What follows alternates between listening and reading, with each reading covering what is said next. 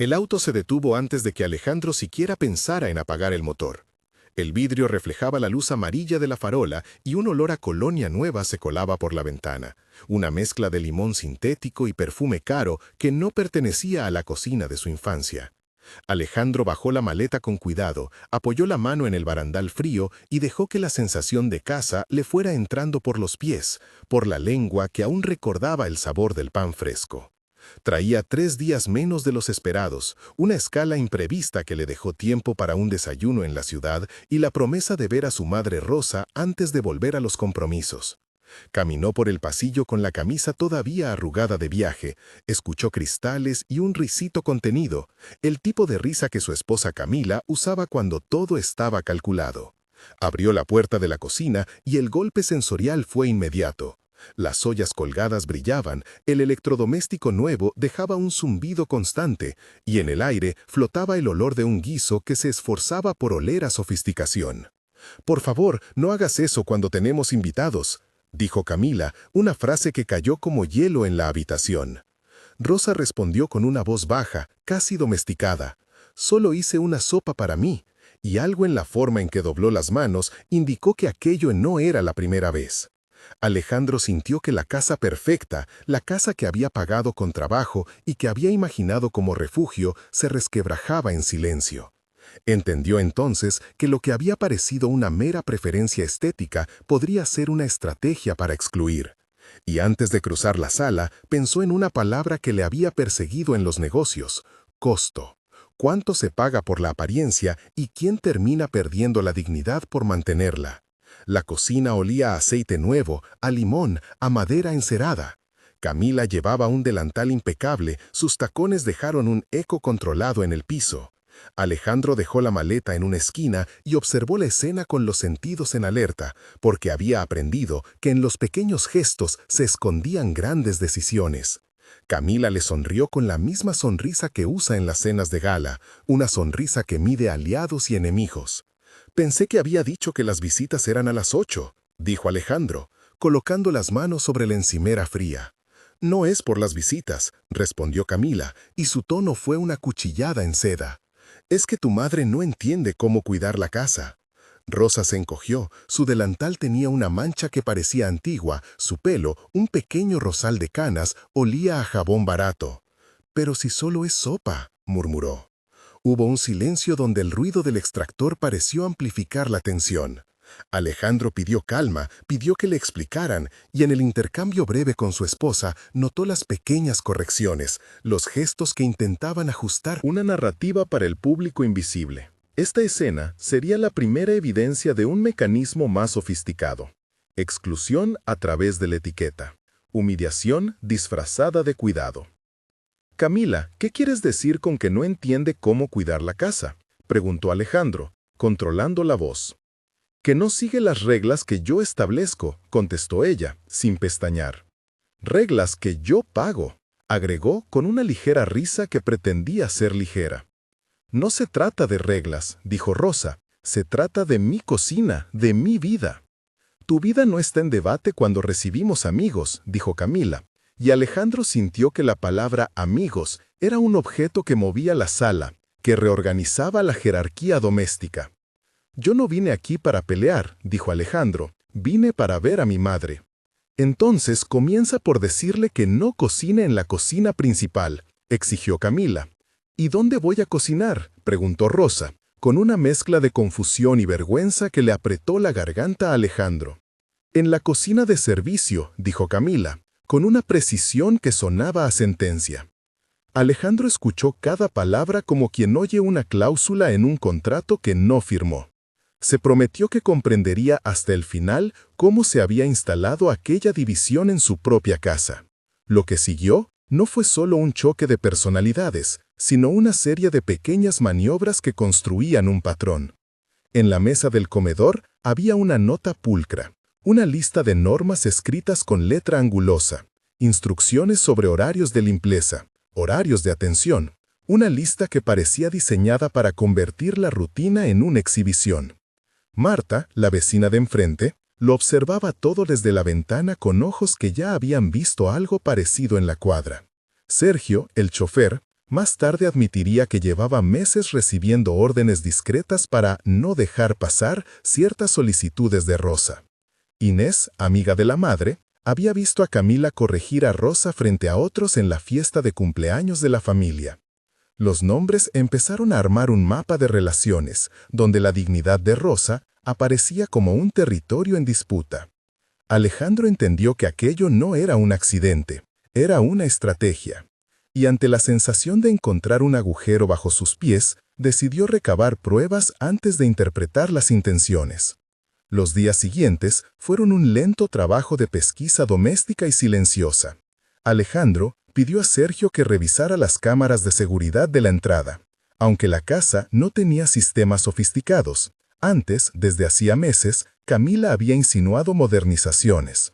Encontraron grabaciones de visitas donde Camila dirigía conversaciones, anotaciones en la agenda familiar donde se consignaban criterios para disimulaciones con invitados, mensajes de texto entre Camila y Laura, su amiga de la universidad, donde se leía una frase que heló a Alejandro.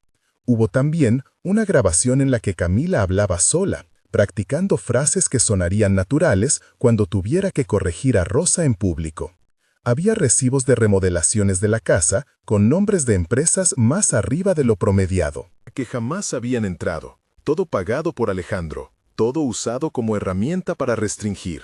Alejandro abrió el teléfono de Camila bajo la excusa de algo urgente y encontró fotos donde Rosa aparecía aislada de las reuniones, platos vacíos frente a su silla, conversaciones editadas en grupitos de WhatsApp que la dejaban fuera de decisiones. La evidencia, fría y precisa, empezó a dibujar un cuadro de gaslighting, de una violencia sutil que se sostenía en la estética. Había pruebas, y con ellas la obligación moral de responder. CTA. Si esto te sorprendió tanto como nos sorprendió a nosotros, sabes que no estás solo. Cuéntanos en comentarios qué habrías hecho en el lugar de Alejandro. Empieza tu frase con «yo habría» o «yo esperaría» para que podamos ver distintas reacciones. Compartir tu perspectiva ayuda a otras personas que enfrentan situaciones parecidas a sentirse menos aisladas y nos da ideas para episodios futuros. Si tienes alguna experiencia similar, por favor escribe de forma respetuosa, porque este espacio busca ofrecer apoyo y comprensión. Gracias por participar. Ahora volvamos a la investigación que cambió el rumbo de la familia. La investigación tomó una dimensión técnica.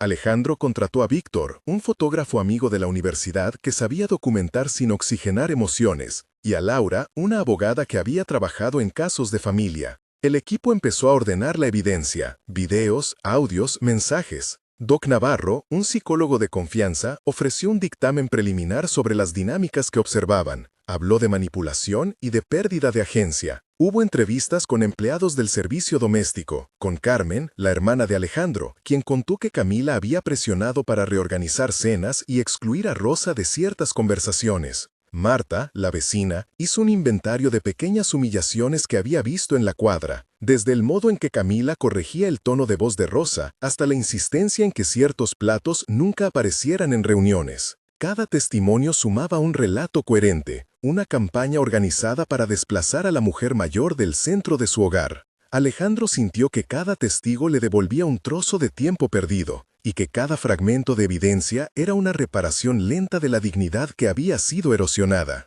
Las conversaciones con los testigos se sucedieron en escenas largas, donde la sensación táctil y sonora ayudaba a dibujar la verdad. Víctor describía el brillo del plato vacío, el eco de los cubiertos. Marta recordaba el chirrido de la verja cuando Rosa llegaba, y la forma en que Camila hacía un gesto de corrección. En la sala de estar, con la luz que entraba por la ventana como una cortina tibia, Alejandro y Rosa escucharon juntos audios donde Camila ensayaba frases de desprecio disfrazadas de consejo. «No intentes hablar cuando hay invitados», decía una de las grabaciones. «Sonreír, pero sin intervenir», decía otra. «Nunca comentes lo que cocinas», finalizaba con una risa contenida. Rosa lloró con la mano en la boca. Su llanto tenía la textura de quien ha sido enseñada a no molestar, y Alejandro entendió que aquello requería no solo pruebas, sino también un plan que preservara la seguridad emocional de su madre. Laura redactó un primer documento. Dr. Navarro sugirió terapia y acompañamiento, y Víctor organizó las imágenes para que el relato fuera inobjetable. La casa había sido el escenario, y la evidencia era la narrativa que los devolvería a la verdad.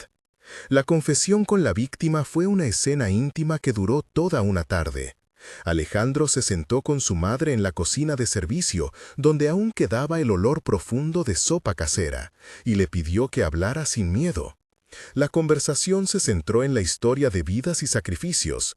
Rosa contó su infancia en un pueblo pequeño, su llegada a la ciudad con una maleta, las manos endurecidas por años de trabajo en costura y mercados. Habló de cómo había trabajado en 2 turnos para que Alejandro estudiara, de cómo había rechazado ofertas por quedarse cuidando la casa cuando él se fue a estudiar. Contó también la transición cultural, las tentativas de adaptación de Alejandro al ambiente empresarial, su bilingüismo que le abrió puertas y cómo ella siempre buscó conciliar la tradición con los nuevos hábitos. Estos 3 párrafos describieron la infancia, la formación y los sacrificios de Rosa, y conectaron con el presente donde su dignidad estaba en juego.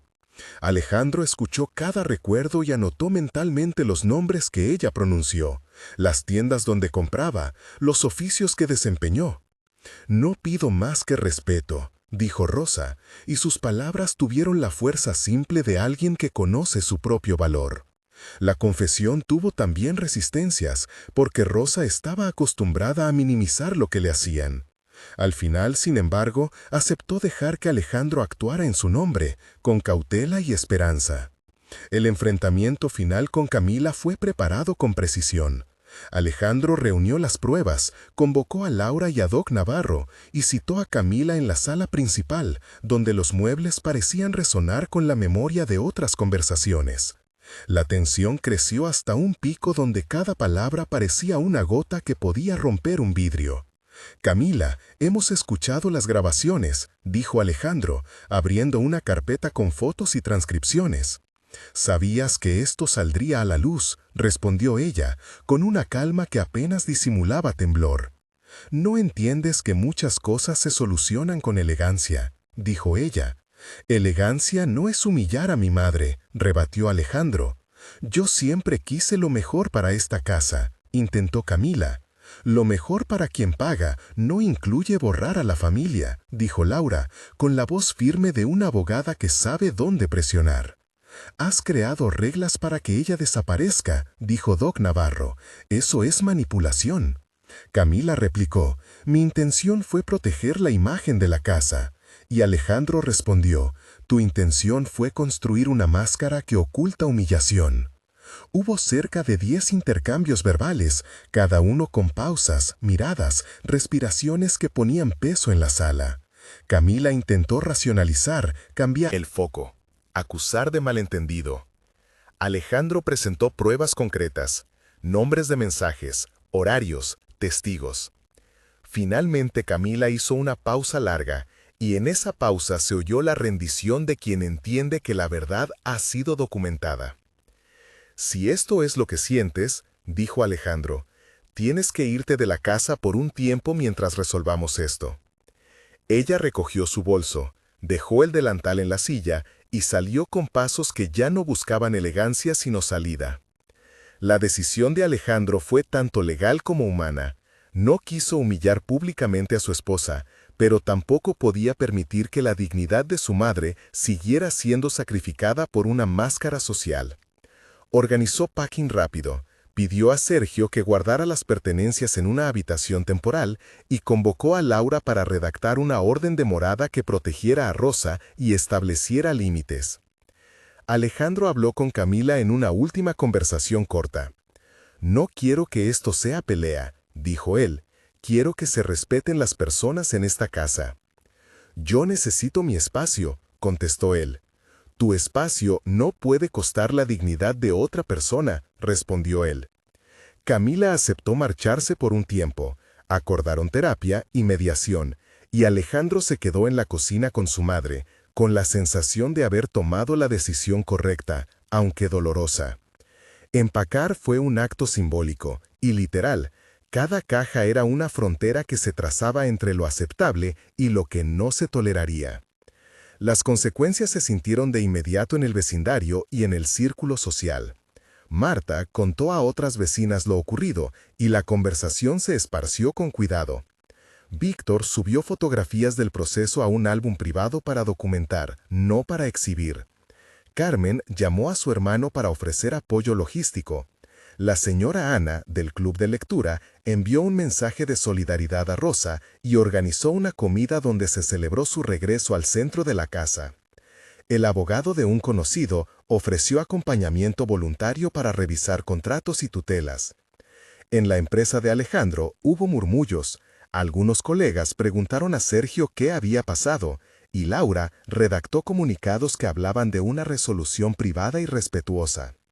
Los amigos de Camila se dividieron entre quienes justificaban su actuación como exceso por control y quienes la señalaron con dureza. Hubo, sin embargo, un cambio concreto. La comunidad se movilizó para observar más de cerca las dinámicas del hogar y ofrecer apoyo a Rosa.